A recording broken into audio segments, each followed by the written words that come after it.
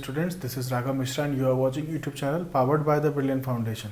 Students, आज हम solution का लेक्चर कंटिन्यू करेंगे।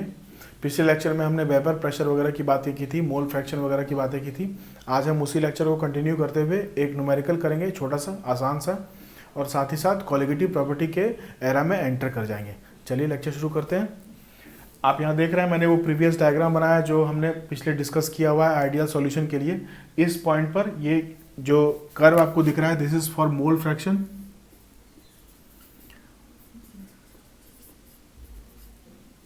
ये मोल फ्रैक्शन का की लाइन है और ये प्रेशर्स की लाइन है, वेपर प्रेशर की लाइन है। यहाँ मैं लिख देता हूँ वेपर प्रेशर। अब आप देख सकते हैं कि यहाँ पर जहाँ की सॉल्वेंट के मोल्स प्योर स्टेट में है, वहाँ पर उसका प्योर स्टेट में वेपर प्रेशर है, और यहाँ पर सॉल्यूट का वेपर प्रेशर है प्योर स्टेट में। उन दोनों का कंबाइन करके टोटल प्रेशर निकाला था हमने PA plus PB। Dalton's law, Raoult's law, इन सब के सारे कंबाइन करके हमने लॉस निकाले थे। अब हम क्या करें कि यहाँ इस न्यूमेरिकल को देखते हैं। हेप्टेन 1 मोल लिया गया, ऑक्टेन 4 मोल लिए गए, और उन दोनों को मिक्स किया गया, एक आइडियल सॉल्यूशन फॉर्म किया गया। दोनों के वेपर प्रेशर आपको दिए गए हैं। ये वेपर प्रेशर उनके प्योर स्टेट के वेपर प्रेशर हैं।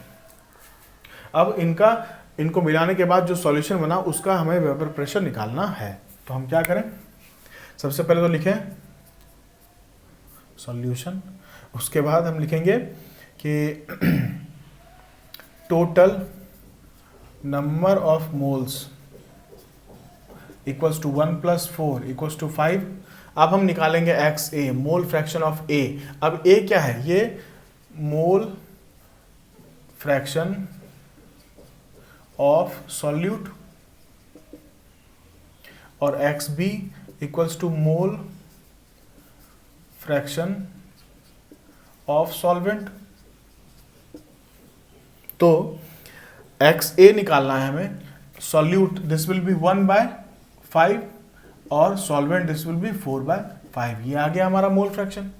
बस उसके बाद हमें कुछ भी नहीं करना। PT equals to P0 PA plus PB। Partial pressure exerted by A and partial pressure exerted by B will be added together to give total pressure। और हम यहाँ से क्या लिखें, ये हमने पढ़ा है पहले, P0A XA plus P0B XB। ये आ गया हमारे पास टोटल प्रेशर। जिन्हें समझ में नहीं आया वो पिछला लेक्चर देखें, सॉल्यूशन लेक्चर 2, और वहाँ से आपको ये क्लियर हो जाएगा कि ये हमने क्यों लिखा। तो यहाँ से PA XA PB XC, बस ये तो हलवा है। PA विल बी 92 इंटू 1/5 और प्लस 31 इंटू 4/5। ये हम जब कैलकुलेट करेंगे that will be 43.2 mm of Hg। Answer, ये हमारे पास आंसर आ गया। इसका मतलब टोटल प्रेशर कितना आ गया हमारे पास, 43.2 मिलीमीटर ऑफ Hg। बिल्कुल आसान सा क्वेश्चन है, सिर्फ ये कॉन्सेप्ट क्लियर करने के लिए कि टोटल प्रेशर निकालते कैसे हैं, P0A P0B वगैरह का क्या रोल है। इसे कॉपी करें, फिर हम आगे बढ़ते हैं। अब हम स्टार्ट करने जा रहे हैं कोलिगेटिव प्रॉपर्टीज।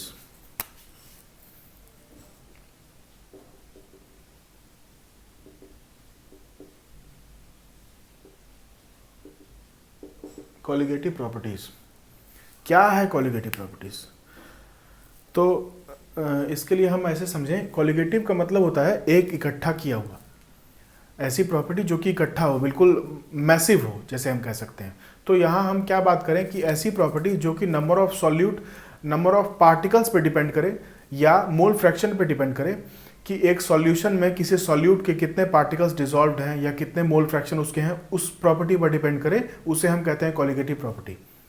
जैसे कि हम पानी गर्म करें, और पानी हम नॉर्मल गर्म, बिल्कुल नॉर्मल वाटर लिया जो हम पीते हैं पानी, वो हम लें, उसे गर्म करें। डिस्टिल्ड वाटर हम उसे गर्म करें, और एक पानी का बीकर लें जिसमें हम नमक घोल दें, उसे गर्म करें। इन तीनों को गर्म करने पे हमें देखेंगे हम कि इन तीनों के वेपर प्रेशर अलग अलग हैं, यानी कि तीनों अलग अलग टेम्परेचर पे बॉयल होंगे। इसलिए क्योंकि जब हमने किसी भी सॉल्वेंट के अंदर कोई सॉल्यूट मिलाते हैं जो कि नॉन वॉलेटाइल है एक्चुअली में, तो नॉन वॉलेटाइल सॉल्यूट हम पहले ही पढ़ चुके हैं, क्या करता है, वेपर प्रेशर को रोकता है, ऑब्स्टेकल क्रिएट करता है, और उसकी वजह से क्या होगा, उसका वेपर प्रेशर लो हो जाएगा, कम वेपर प्रेशर एक्सर्ट करेगा, उसे ज़्यादा गर्म करना पड़ेगा। ठीक, तो इसकी डेफिनेशन लिखे हम, these are the properties of a solution which depends upon the number of particles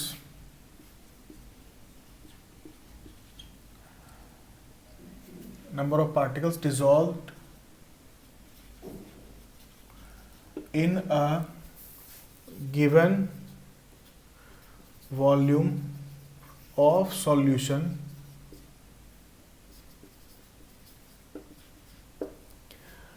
और मोल फ्रैक्शन ऑफ सॉल्यूट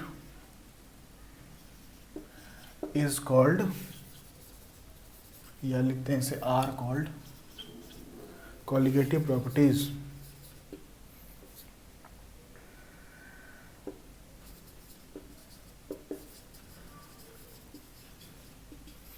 ये हो गई कॉलिगेटिव प्रॉपर्टी की बात, कि कॉलिगेटिव प्रॉपर्टी एक ऐसी प्रॉपर्टी जो मास पर डिपेंड करती है। मास से क्या निकलेगा, number of moles, number of moles निकलेगा तो क्या निकलेगा, मोल फ्रैक्शन। तो अल्टीमेटली, और मास कैसे बनेगा, नंबर ऑफ पार्टिकल से। तो मास एक ऐसा वर्ड है, मैसिव, इसलिए मैंने कहा ये प्रॉपर्टी एकजुट मैसिव प्रॉपर्टी है। कितने पार्टिकल्स हमने डिसॉल्व किए, उस पार्टिकल से क्या हो जाएगा, वो मास बनेगा उसका एक, और वहां से नंबर ऑफ मोल्स वगैरह कैलकुलेट करेंगे। तो जितनी ज़्यादा मटेरियल को हम यूज़ करेंगे, जो सॉल्यूट हम इस्तेमाल कर रहे हैं, जितना इस्तेमाल करेंगे उतना अधिक वेपर प्रेशर उसका कम होता जाएगा। इसी वजह से इसे कॉलिगेटिव प्रॉपर्टी को हम particle based, particle dependent property कहते हैं। इसकी कुछ प्रॉपर्टी हम देख लेते हैं। कॉलिगेटिव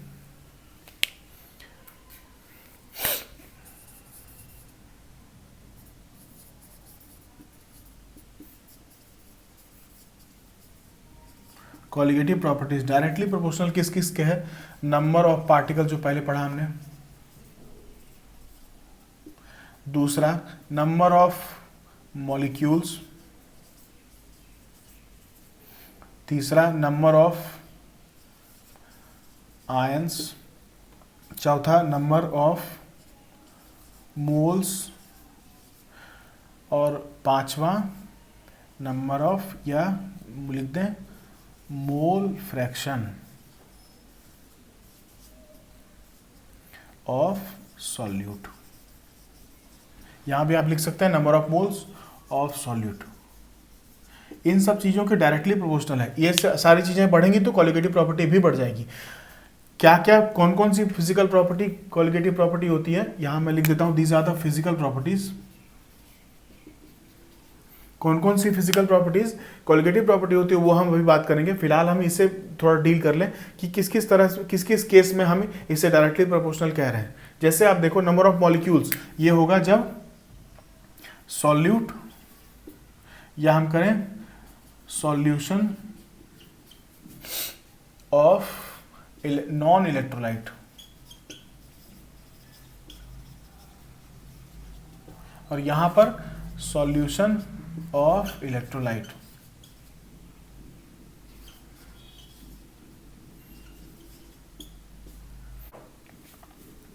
अब हम बात करते हैं कि कौन कौन सी प्रॉपर्टीज कॉलिगेटिव प्रॉपर्टी होती हैं। आप इसे कॉपी करें। अब हम बात करेंगे वैसी फिजिकल प्रॉपर्टीज के बारे में जो कि कॉलिगेटिव प्रॉपर्टी के अंदर आती हैं। तो हम लिखें, पहला lowering of vapour pressure of a solvent. ज़्यादातर हम सॉल्वेंट के बारे में ही बात करेंगे क्योंकि उसी की प्रॉपर्टी पे असर पड़ता है जब हम सॉल्यूट मिलाते हैं। दूसरा, elevation in boiling point of a solvent. तीसरा, depression in freezing point of a solvent. और चौथा जिसकी बात करेंगे हम, ऑस्मोसिस। ऑस्मोटिक प्रेशर क्या होता है, इन सब चीज़ों की बात हम करने वाले हैं। अब ये चार चीज़ें हमने लिख ली। तो इन सबको हम यहाँ, इसे मैं पाई लिख देता हूँ, इसे पाई से डिनोट करते हैं। प्रेशर देखेंगे हम इसमें, ऑस्मोसिस एक प्रोसेस है, उसमें हम ऑस्मोटिक प्रेशर को ही मापते हैं। अब इन चारों की बात करनी है तो हम शुरू करते हैं lowering of vapour pressure of a solvent से।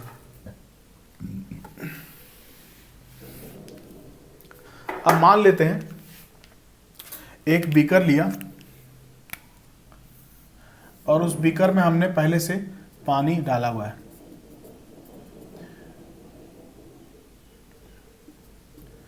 ठीक है, ये बीकर बंद है ऊपर से, क्लोज्ड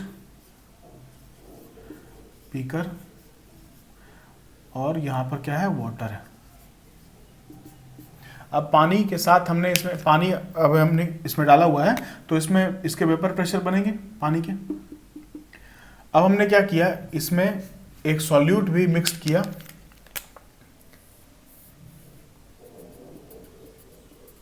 इसमें हमने एक सॉल्यूट मिला दिया, मान लेते हैं चीनी या नमक, और अब हमने इसे ढक दिया। अब फिर से हम देखेंगे कि इसके वेपर प्रेशर बनेंगे, लेकिन इस बार कम बनेंगे। ये वाटर है प्लस सॉल्ट, सॉल्ट एक इलेक्ट्रोलाइट सॉल्यूशन बनाता है, Na+ और Cl- में टूट जाएगा, तो यहाँ पर हमें आयंस देखना पड़ेगा, कितने आयंस उसके डिसॉल्व्ड हैं, यानी कि Na+ और Cl- से कितने आयंस वही सॉल्यूट में काउंट होंगे। तो यहाँ पर हम देख रहे हैं कि वेपर प्रेशर जो बना, vapour pressure of water is decreased, vapour pressure of water ये घट गया।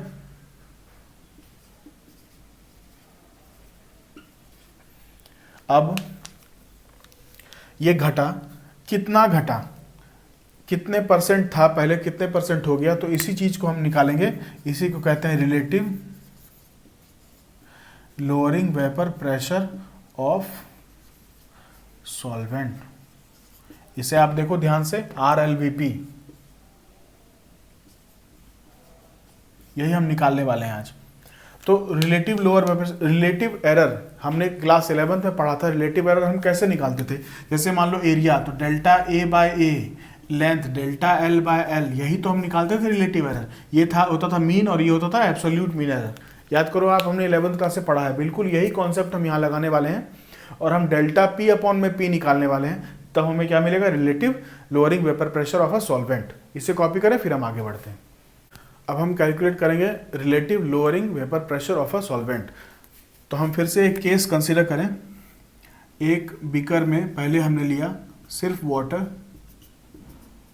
और दूसरे बीकर में हमने वाटर के साथ साथ नमक भी लिया।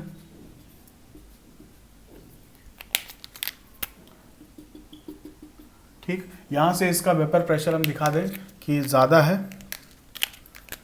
ये दोनों क्लोज्ड वेसल हैं, यहाँ पर इसके वेपर प्रेशर ज़्यादा है और यहाँ इसके वेपर प्रेशर कम है। ये हो जाएगा VP of water, this is pure water. यहाँ वाटर प्लस सॉल्ट, ये एक नॉर्मल एक स्कीमेटिक हमने कर लिया। हम मान लेते हैं let moles of solute equals to A और moles of solvent equals to B। यहाँ से मोल फ्रैक्शन निकालेंगे, ये हो जाएगा आपको Na, mole fraction of A लिखे हैं अगर हम, तो हो जाएगा Na/Na प्लस NB, और उसी तरह से for B, mole fraction for B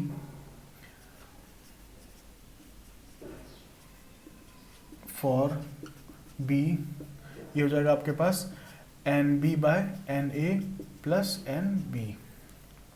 अब हमें क्या करना है, प्रेशर। तो हम मान लेते हैं let P0 equals to pressure या वेपर प्रेशर लिखे हम, प्रेशर वेपर प्रेशर P0 हो जाएगा हमारे पास vapour pressure of solvent in pure state, और P S equals to vapour pressure of solution. ये सारी चीज़ें मानने के बाद अब हम यहाँ से पी एस की वैल्यू लिख सकते हैं, P S equals to P not A X A plus P not B X B.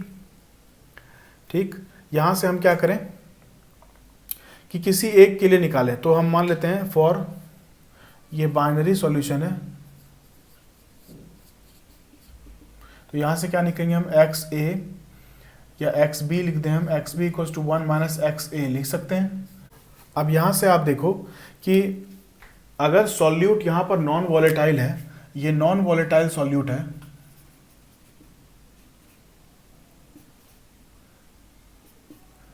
तो इसका वेपर प्रेशर तो नहीं होगा, जो वेपर प्रेशर होगा वो बिल्कुल सॉल्वेंट की वजह से ही होगा, प्योर वेपर प्रेशर होगा।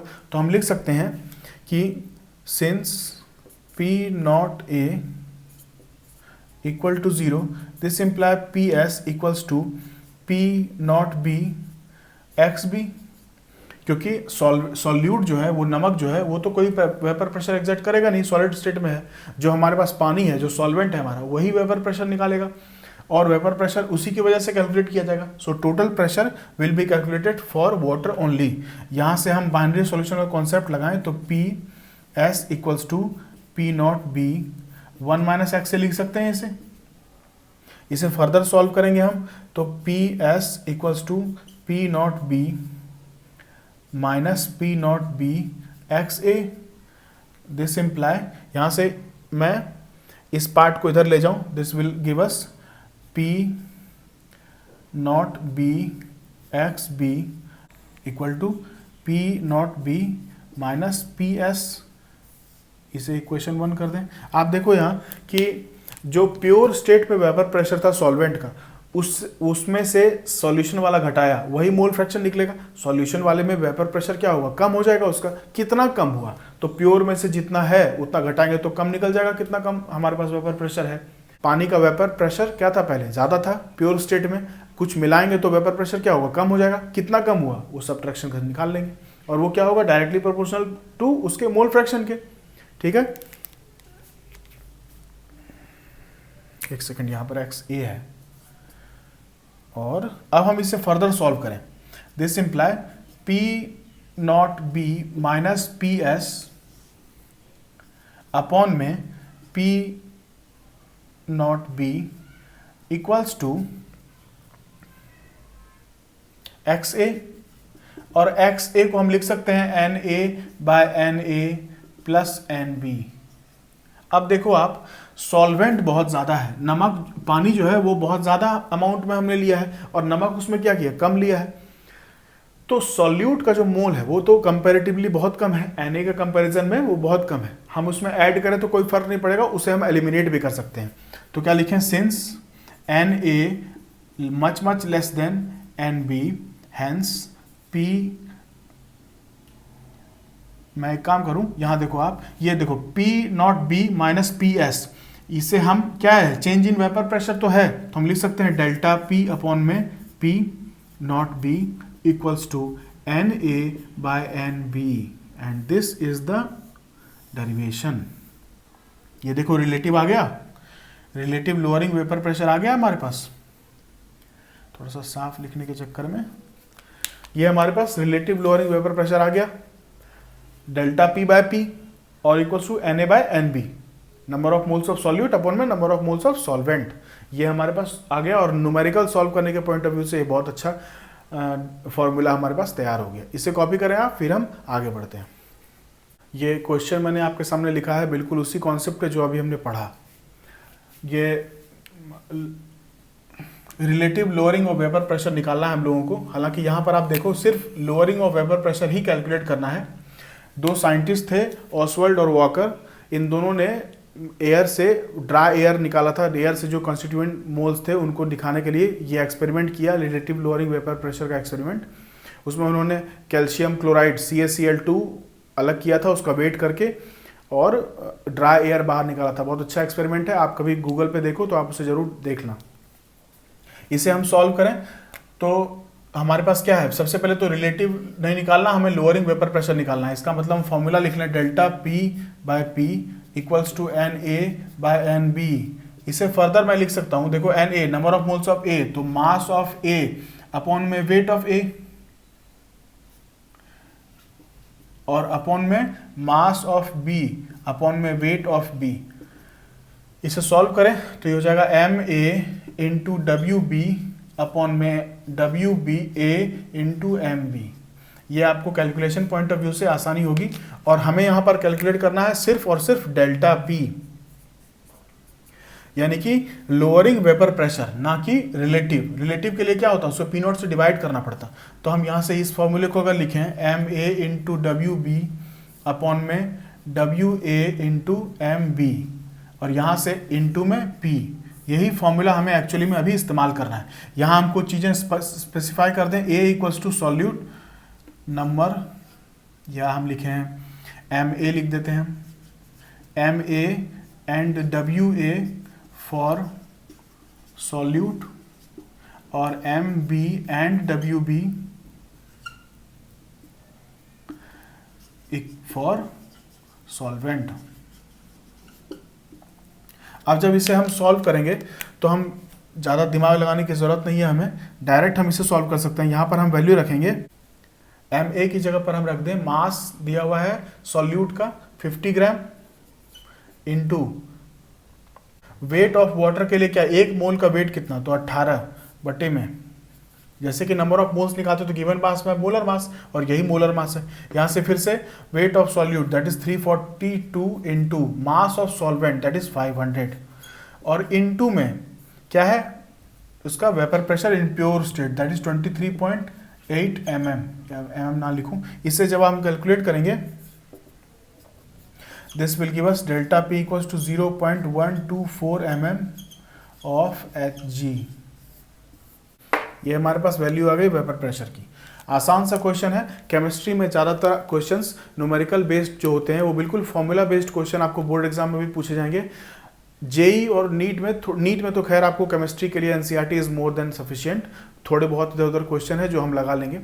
जेई के लिए जो मेन और एडवांस है उसके लिए थोड़े क्वेश्चन जो होते हैं कॉन्सेप्चुअल होते हैं, 2-4 फॉर्मूलेस को मिलाकर अक्सर पूछे जाते हैं कॉन्सेप्ट, लेकिन वो कॉन्सेप्ट जो होते हैं वो पूरी की पूरी एनसीईआरटी बेस्ड ही होती है। आई होप ये वीडियो आपको क्लियर है। चैनल पे बने रहें, ज़्यादा से ज़्यादा लेक्चर को शेयर करें। Stay connected. Thank you.